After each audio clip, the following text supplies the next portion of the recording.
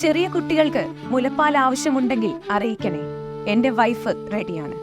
കഴിഞ്ഞ ദിവസം സോഷ്യൽ മീഡിയയിൽ വൈറലായ പോസ്റ്റാണിത്. ഒരുപാട് സന്തോഷവും അഭിമാനവും തോന്നിയ ഒരു ഫേസ്ബുക്ക് പോസ്റ്റ് ആയിരുന്നു ഇത്.